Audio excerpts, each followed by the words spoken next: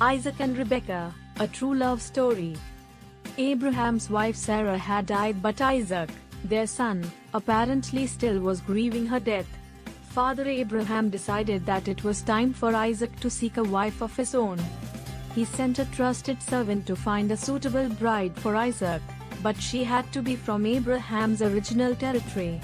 God intervened, and this made biblical history.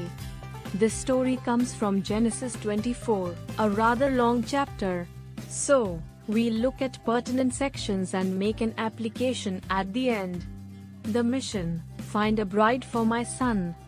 The first 9 verses contain Abraham's charge to his servant. Now, the custom of parents finding suitable mates for their children goes back a long way, certainly to Abraham's time. We are not told, though, about the arrangements for Abram and Sarai, years before they left Ur of the Chaldees, but their marriage worked well. Abraham must have known how important a good wife was, as well as what potential could happen in the case of a bad spouse. Abraham gave the servant 2 specific conditions. First, he said, "Do not choose a wife for Isaac from the women where I am living." He was wise to do this. The Canaanites were never part of Abraham's family, and they did not worship the God of Abraham. Abraham knew firsthand that a marriage between a believer and an unbeliever was not going to work. Many years later, Solomon encountered this very thing. King Solomon's wives, foreign princesses and other concubines, turned his heart away after other gods. 1 Kings 11:4. Solomon should have learned from Abraham not to marry any woman who didn't believe in the God of Abraham. There was another condition.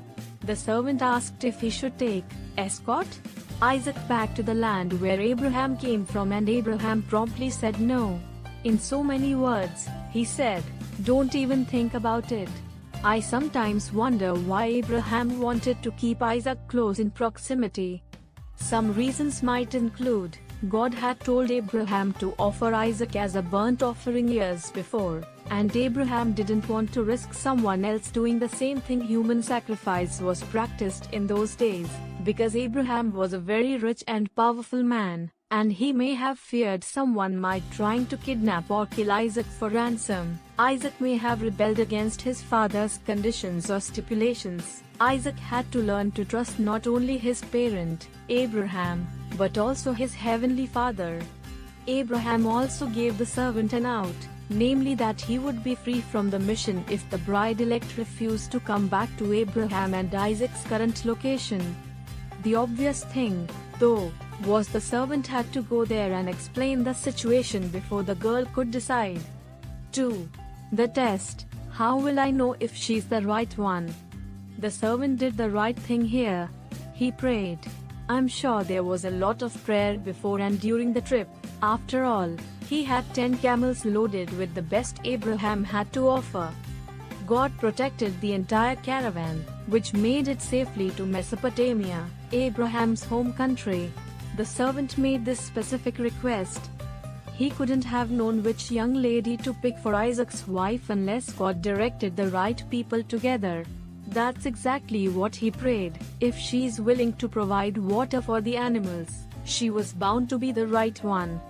We are not told how long the servant or the caravan waited for the water, but Rebekah appeared before the servant finished praying, according to verse 15. Furthermore, not only did she give the servant some water, but she drew enough water for 10 camels. We don't know how much water she pulled from the spring, but there was enough for everyone and everything. The servant no doubt was wondering if Rebekah was truly the right one, but she had a kind spirit. So, the servant gave her some gifts, perhaps rewarding her for her kindness and hard work. These gifts included a gold ring and 2 wrist bracelets, all of gold. Then he asked, "Whose daughter are you, and is there room for us at your father's house?" She said there was room and plenty of straw and feed for the animals. One other thing Rebekah said was that she was the daughter of Bethuel, who was Nahor's great-granddaughter. Nahor was Abraham's brother, Genesis 11:27, who remained in Mesopotamia when their father, Terah, while Abram, Sarai, Lot, and perhaps others left for Canaan. Genesis 11:31.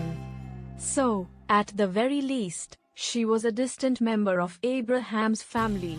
This was a part of the original condition that the girl be related to Abraham. 3. The proposal. What would Rebekah say? This section is quite long and has a lot of narrative. The servant related his story as to who he was and why he had come so far. He also explained how Rebekah had met the very test or condition he had requested.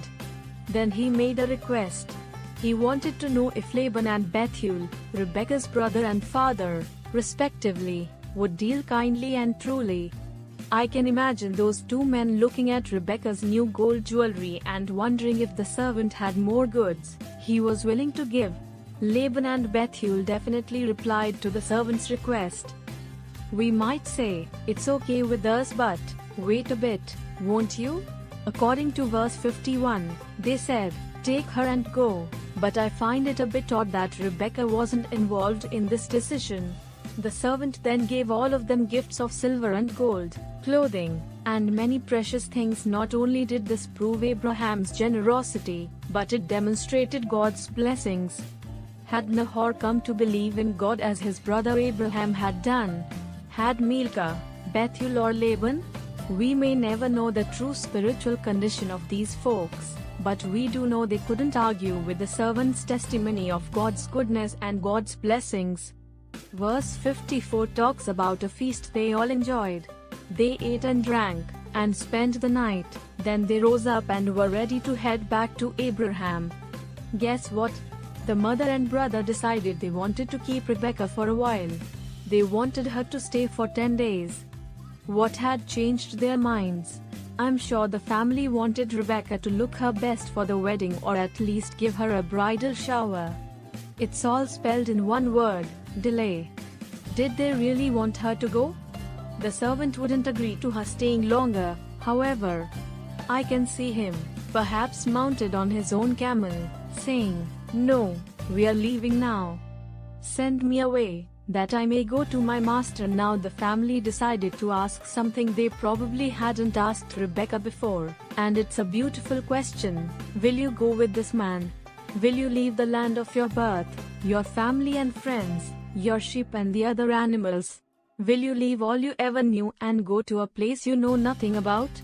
Will you leave us and marry a man you've never seen before? Oh, there were many emotions, I'm sure, in that question, all of them valid. However, Rebekah had made a decision, and it's a simple, 3-word response: I will go. As Abraham himself had left his home country, so did Rebekah. Abraham had left to follow the Lord. Rebekah was leaving to become his daughter-in-law. Rebekah may not have been the first bride to leave her home country and marry someone she never had seen before, but she wasn't the last. Through the years, many other women have left their homes to marry men they loved. Ruth, years later, would leave Moab with her mother-in-law to find God's best in Bethlehem. Abigail would leave her estate from Carmel to be a wife of David. We also read of a few women from Egypt who married men of Israel. Thus, Rebekah may have blazed a trail for others such as herself who followed their husbands into new lives in new lands. 4. The completion. The writer gives some very fast-moving, vivid descriptions in the last several verses regarding the key players in this story. First, we see Rebekah and her maids getting on the camels and heading to the land of Abraham. How much they knew of it, we are not told, but I'm sure the servant gave her all the info he could about Isaac and Abraham. Then we're told about Isaac himself. Oddly, I don't read where Abraham told him anything about the servant's mission of going on a wife-hunting trip. Isaac may have thought, okay, fine, but can you imagine his shock when he's told, it's a wife for you? So, Isaac was out in the fields meditating. Give him credit, he wanted his quiet time with God. Then he sees a camel caravan coming and starts walking toward it. Now think of the camera giving a glimpse of Rebekah again. She's already dismounted from the camel, and she's asking the servant, Who's he? Walking in the field heading this way.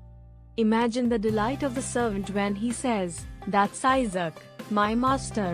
Rebekah took a veil and covered herself, then became his wife. We are not given any details of the wedding ceremony, but they were joined in marriage. The proof is in these 3 words, he loved her. We don't read where they ever stopped loving each other.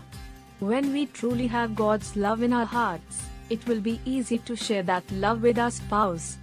It worked for them, and it can work for us, too, if we are willing. Please continue always to love your spouse. Thank you for watching this video.